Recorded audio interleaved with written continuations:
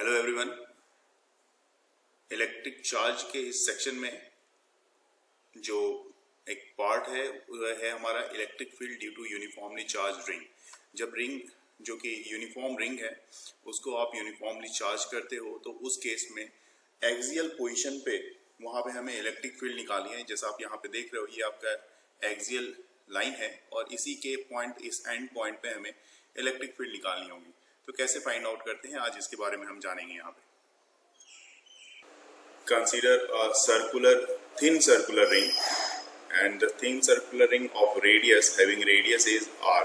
इसकी जो रेडियस है आप चाहो तो यहाँ पे आप इसको ऐसा दिखा दो, this one the radius of this one is small r से मैं रिप्रेजेंट कर देता हूँ। रेडियस इज स्मॉल r, ये इसकी रेडियस है ओके। और साथ ही साथ इसका सेंटर जो है ये सेंटर है इसका O is the centre carrying a positive charge Q। और इस पे जो चार्ज है ये जो आप रिंग देख रहे हो इस पे चार्ज कितना है, इस पे चार्ज आपका Q चार्ज है और ये Q पॉजिटिव चार्ज है। तो जैसा कि रिंग पे पूरा का पूरा हमने देखा यहाँ पे पॉजिटिव चार्ज दिखाया गया है और this ring is held perpendicular to the plane of the paper and it is desired to find the electric field intensity at any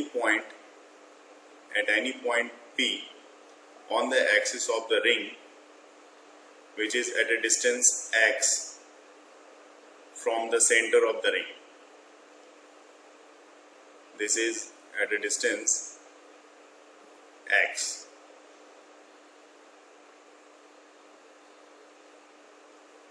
from the center of the ring।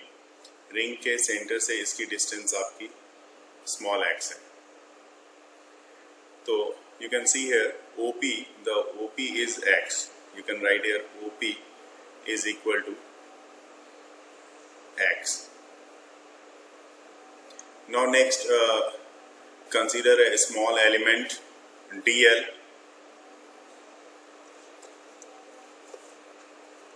ये एक छोटा सा element आप यहाँ पे इस रिंग का एक छोटा सा एलिमेंट dl कंसीडर करोगे आप। This portion is I am writing here this is dl elementary length of the ring and let a small a is the distance of point P from the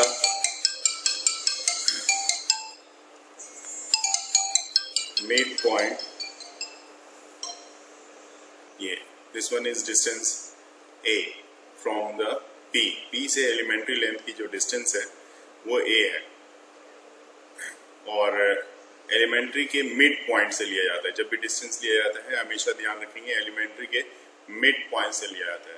तो ये charge इस elementary length पे charge क्या होगा, charge on small element of the length dl। Clear हो गया कि ये dl जो आपने निकाला किसके लिए, magnitude of electric field intensity at point P। इस पॉइंट P पे निकाला है आपने इलेक्ट्रिक फील्ड इंटेंसिटी की मैग्नीट्यूड को और किसके कारण, इस एलिमेंट्री चार्ज dl के कारण आपने यहाँ पे निकाला हुआ है। कि आपने देखा यहाँ पे 2πr सर्कमफेरेंस पे चार्ज Q है तो यूनिटरी पे चार्ज होगा Q/2πr और dl पे चार्ज होगा Q/2πr इंटू dl। यही dq एलिमेंट्री लेंथ जो dl हमने कंसिडर किया है उस पे ये चार्ज हमने कंसिडर किया हुआ है। तो अब आप इलेक्ट्रिक फील्ड देखोगे क्योंकि यहाँ तक तो हमने देख लिया, तो इलेक्ट्रिक फील्ड की बात कर लेते हैं। डायग्राम सामने में है हमारे पास। तो अगर कोई बोले कि इलेक्ट्रिक फील्ड निकालनी है तो इलेक्ट्रिक फील्ड के लिए फॉर्मूला क्या होता है। तो ये छोटा सा इलेक्ट्रिक फील्ड इस पॉइंट पे dl के कारण पॉइंट P पे हमें dl एलिमेंट्री लेंथ पे जो चार्ज है उसके कारण जो इलेक्ट्रिक फील्ड होगी वो होगी आपकी 1/4 पाई एप्सिलॉन नॉट dq, क्योंकि q/r² लेते हो तो dq और डिस्टेंस लेकिन यहाँ पे r नहीं, यहाँ पे डिस्टेंस हमारी a है। P से dl तक की जो लेंथ है वो a है, तो दैट मीन्स a²। किस डायरेक्शन में होगी, तो डायरेक्शन भी यहाँ पे अगर आप दिखाना चाहो तो डायरेक्शन P से C की तरफ। अभी यहाँ पे आपको मैं डायरेक्शन दिखा देता हूँ। ये जो डायरेक्शन होगा इसी डायरेक्शन में आगे की तरफ जाएगा, इस तरफ, यस सर। इस तरफ, इस डायरेक्शन में जाएगा। इसको, ये पॉइंट को मैं सी मान लेता हूँ यहाँ पे, ताकि मैं लिख ओके दूं सर। यहाँ पे कि अलोंग पीसी, ये अलोंग पीसी इलेक्ट्रिक फील्ड आपने निकाल लिया यहाँ पे। अब यहाँ पे आपको जरूरत है डीक्यू की वैल्यू को पुट करने की, प्लेस करने की। मैं इसको लिख रहा हूँ यहाँ पे, this one is the direction, जिस डायरेक्शन में आप जा रहे हो। ये क्या है? एलिमेंट्री इलेक्ट्रिक फील्ड है डीएल के कारण, डीई है। और ये जो डीई है, ये कितना का एंगल बना रहा है, कितने का एंगल बना रहा है, ये देखना पड़ेगा आपको। किसके साथ? एक्सियल के पोजीशन के साथ। तो एक्सियल के पोजीशन के साथ कितने का एंगल बना रहा है, यहाँ पे आप इसको प्रोड्यूस करोगे आगे की तरफ, इस तरह से। मतलब अगर ये एक्स एक्सिस आपने माना हुआ है तो बहुत अच्छी बात है कि अगर आपने इसको एक्स एक्सिस मान लिया, तो ये एक्स एक्सिस के साथ मान लो ये एंगल बनाएगा यहाँ पे कितना, थीटा एंगल बनाएगा। डी के साथ ये एंगल बना रहा है आपका थीटा। तो थीटा एंगल बना रहा है, तो इसका कंपोनेंट जो होगा, दो कंपोनेंट यहाँ पे स्प्लिट होगा। एक होगा जो इसी डायरेक्शन में होगा, डी इसी डायरेक्शन में, जिसको आप बोलोगे डीई कॉस थीटा, और दूसरा इसके परपेंडिकुलर डायरेक्शन में होगा, जिसको आप बोलोगे डीई साइन थीटा। तो ये दो कंपोनेंट यहाँ पे रिजॉल्व होंगे इलेक्ट्रिक फील्ड के।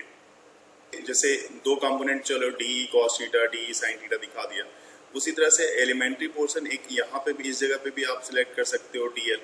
अगर आपने यहाँ पे एक एलिमेंट्री पोर्शन डीएल सेलेक्ट कर लिया और इसके कारण फिर से पी पॉइंट पे इलेक्ट्रिक फील्ड देखोगे, तो इसमें फिर से दो कंपोनेंट बनेंगे।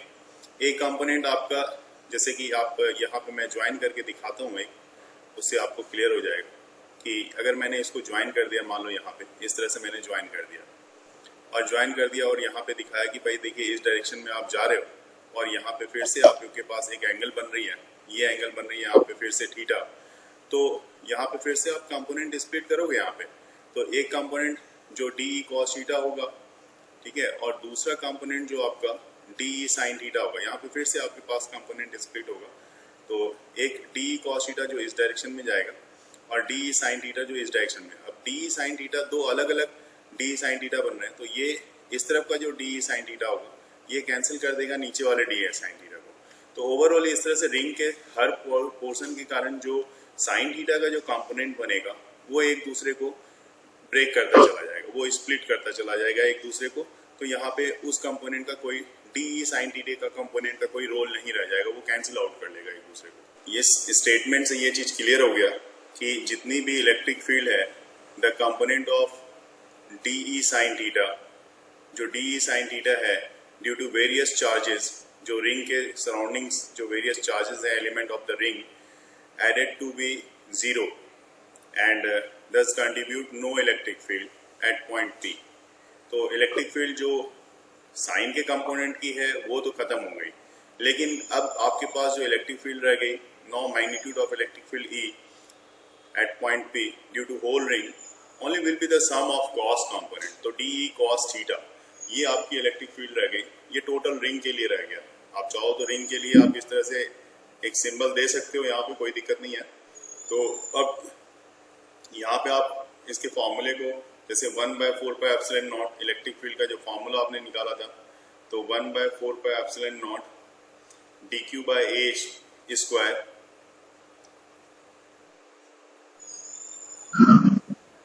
ये फॉर्मूला आप यहाँ पे लिखो। और यहाँ से देखो आप cos थीटा का जहाँ तक सवाल है, जैसे cos थीटा है आपके पास दिया हुआ, तो cos थीटा इक्वल टू कितना होगा, ट्रायंगल में देख लो। यहाँ से आप देखो ट्रायंगल में कितना है, ये एक तरह का ट्रायंगल फॉर्म करेगा यहाँ पे, आप अगर ध्यान से देखोगे तो cos थीटा यहाँ पे जो बन रहा है इसको ज्वाइन करके, तो cos थीटा की वैल्यू यहाँ से देखनी पड़ेगी आपको। अगर थीटा इधर बन रहा है तो थीटा इस तरफ भी बनेगा, और cos theta equal to base upon hypotenuse. तो बेस यहाँ से यहाँ तक कि O से P तक का बेस है, तो इसी जगह पे मैं लिख लेता हूँ cos theta equal to base हो गया आपका x और हाइपोटेन्यूज हो गया a, तो that means x upon a। तो उस जगह पे आप cos थीटा की वैल्यू जो है आप वहाँ पे प्लेस कर सकते हो। यहाँ पे मैं एक बार फिर से लिख देता हूँ cos theta equal to x upon a, calculation के सामने में ये मैंने यहाँ पे मेंशन कर दिया। तो इसी की वैल्यू यहाँ पे cos थीटा की वैल्यू आप यहाँ पे इसको इरेज करके लिख सकते हो यहाँ पे कि this one is x bye, तो this one is equal to x upon a। तो इस तरह से ये जो आपके पास वैल्यू आ रही है, इंटीग्रेशन अगर आप करोगे, ये इंटीग्रेशन अभी किया नहीं है हमने, सिर्फ वैल्यू पुट की है हमने। इस dq की वैल्यू मतलब q by 2 by r upon into dl, इसकी वैल्यू यहाँ पे आप रख लो dq की जगह पे। तो इसकी जगह पे आप रख सकते हो q बाय 2 बाय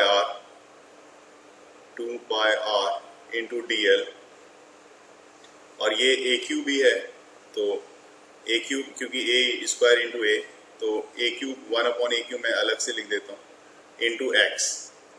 इतना कैलकुलेशन के बाद आपके पास यहाँ पे मिलेगा। और a की भी वैल्यू अगर देखा जाए तो वहाँ पे अगर आप a जस्ट लाइक डायगोनल की तरह ट्रीट कर रहा है, तो इसका जो होगा r square plus x square, इसका अंडर रूट होना है, जिसको आप अंडर रूट को आप r square plus x square पे पावर 1/2 लिख सकते हो।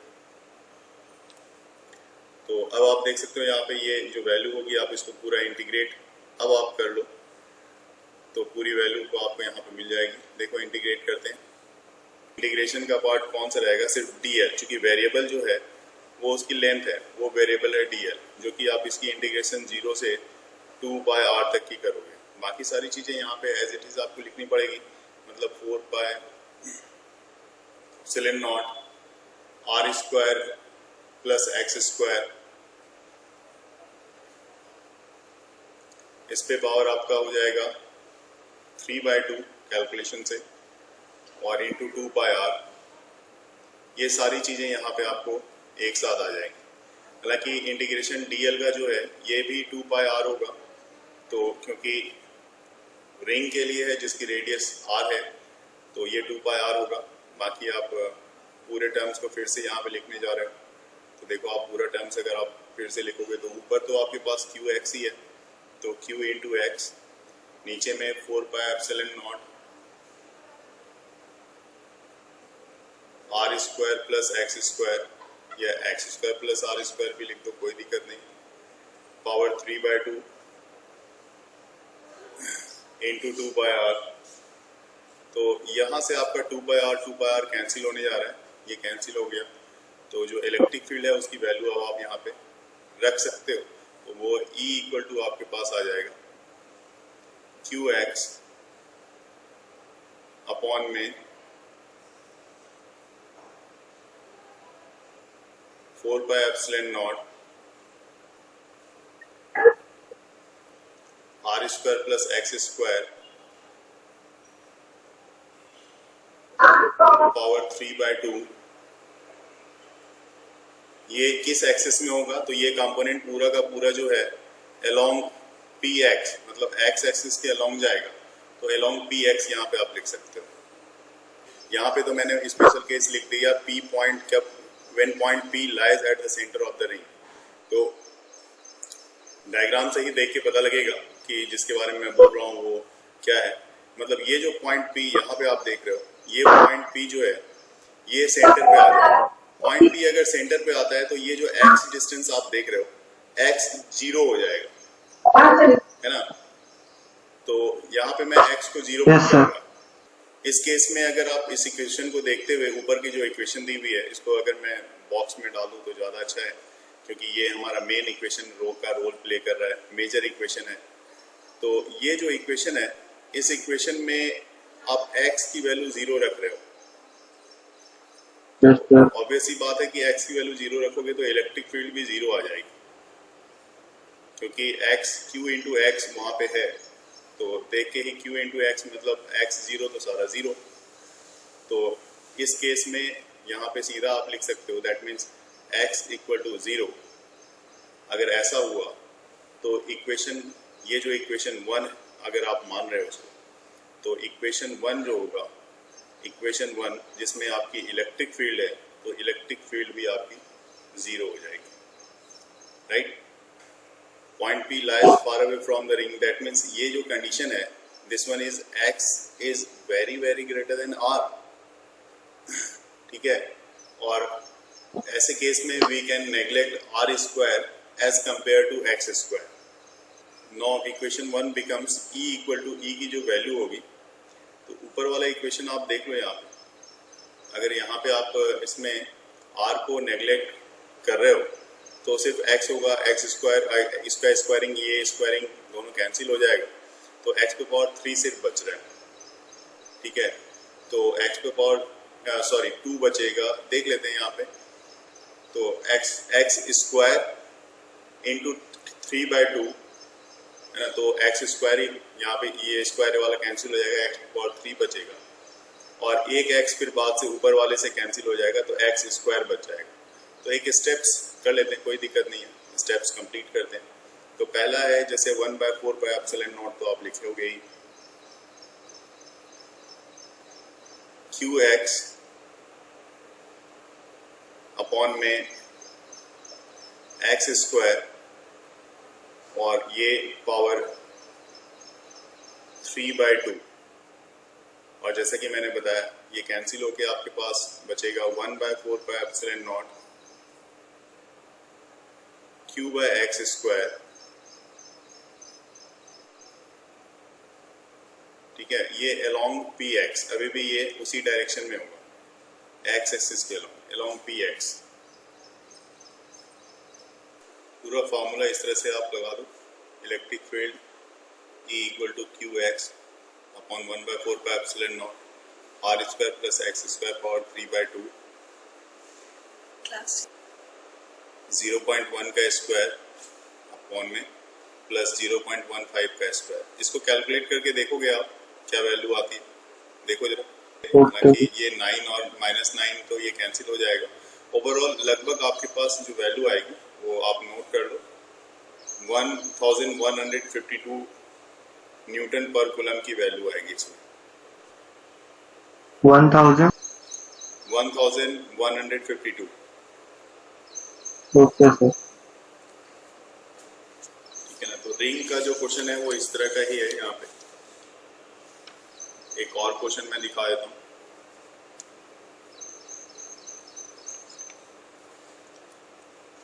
उसको भी एक बार अटेम्प्ट करके देखो।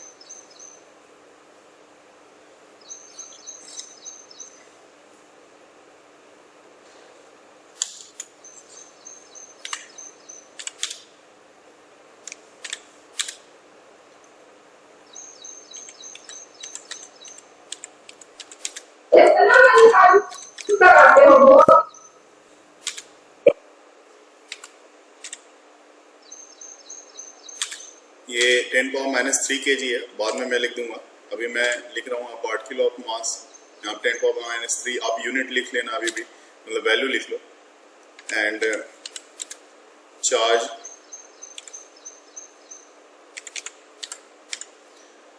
जो है आपका 5 माइक्रोकूलम है, तो माइक्रो मैं बाद में लिख देता हूँ, 5 स्पेस देके कूलम लिख रहा हूँ। is thrown at a speed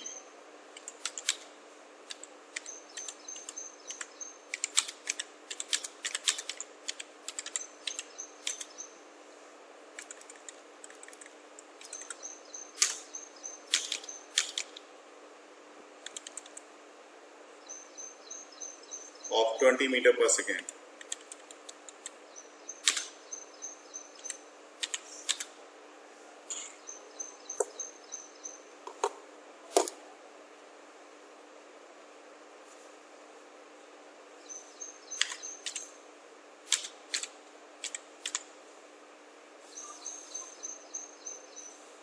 Against a uniform electric field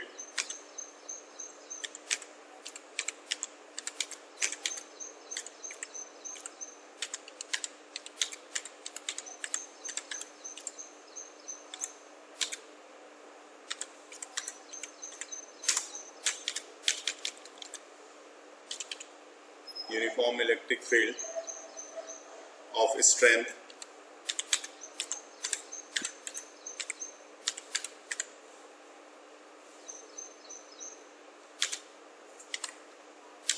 two into 10⁵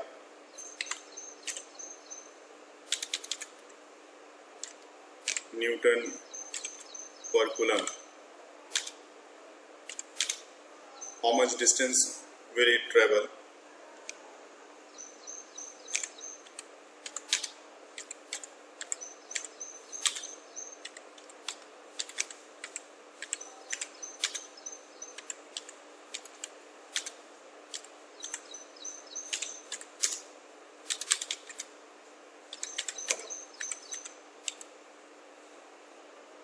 before coming to rest,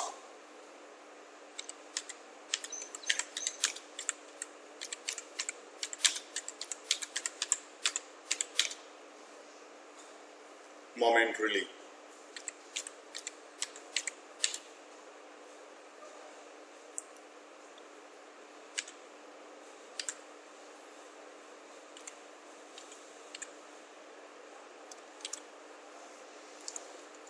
जो भी पावर है और जो मैक्रो है वो मैं बना देता हूँ यहाँ पे। यहाँ पे तो 10 पावर -3 kg है,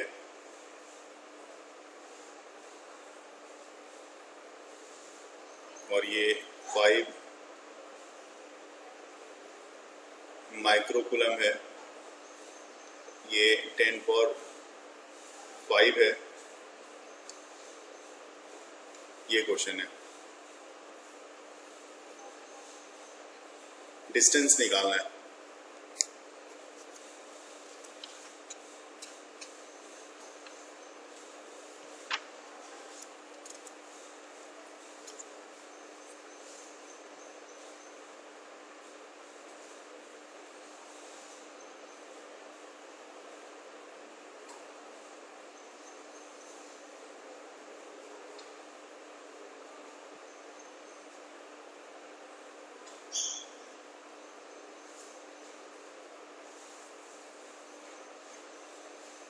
देखो, जो दिया हुआ है वो तो पहले आप लिख लो कि भाई मास दिया हुआ है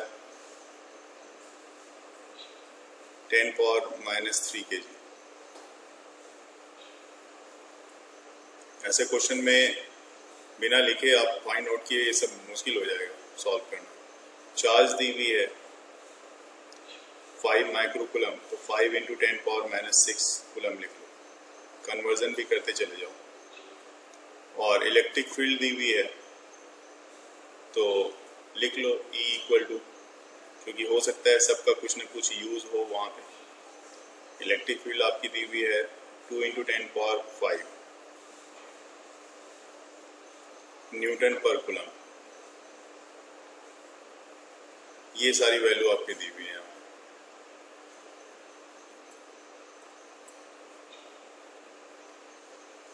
देखो, यहाँ पे सोचो आप थोड़ा कि कैसे निकाला जाए। डिस्टेंस निकालना है, तो डिस्टेंस निकालने के लिए हमें क्या करना पड़ेगा?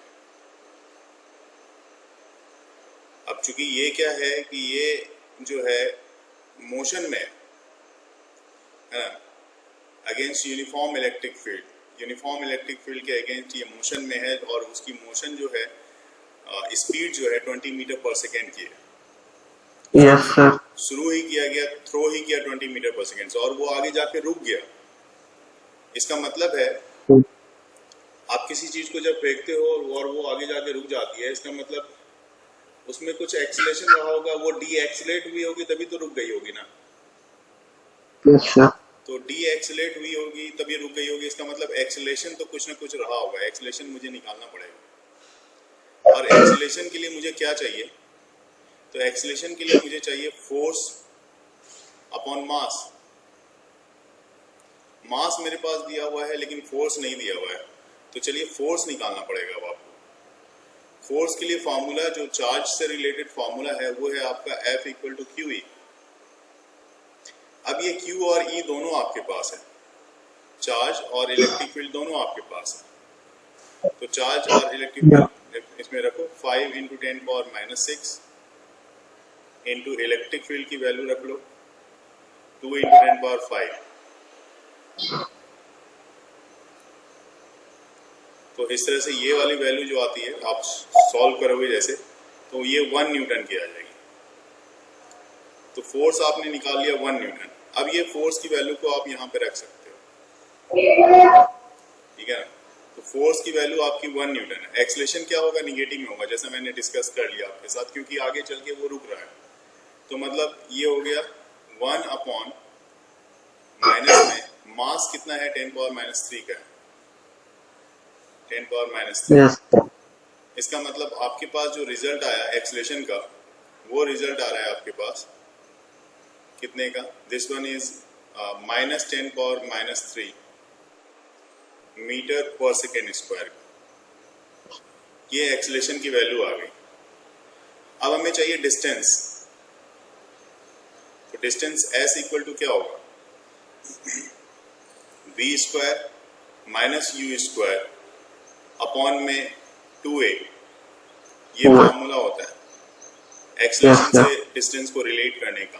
तो फाइनल वेलोसिटी तो जीरो की रही क्योंकि वो लास्ट में वो रेस्ट में आ गया मोशन के बाद, और ये था आपका 20, तो 20 का स्क्वायर इनिशियल में जिसमें आपने प्रोजेक्ट किया उसको, वो थी आपकी 20 मीटर पर सेकेंड की, तो 20 का स्क्वायर अपॉन 2 इंटू ए, 2 इंटू एक्सेलेरेशन आपका 10⁻³ का है, 10⁻³ ये माइनस में है तो माइनस कर दो आप, -10⁻³।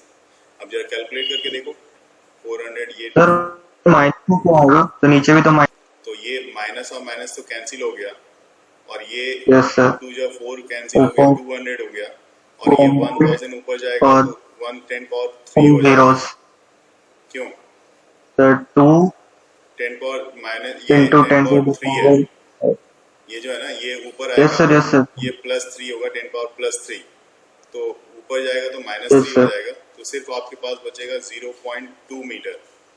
यही आपका फाइनल रिजल्ट Yes, sir. बनेगा इसका। इतने डिस्टेंस को कवर करेगा जो पार्टिकल आपने, चार्ज पार्टिकल आपने प्रोजेक्ट किया है।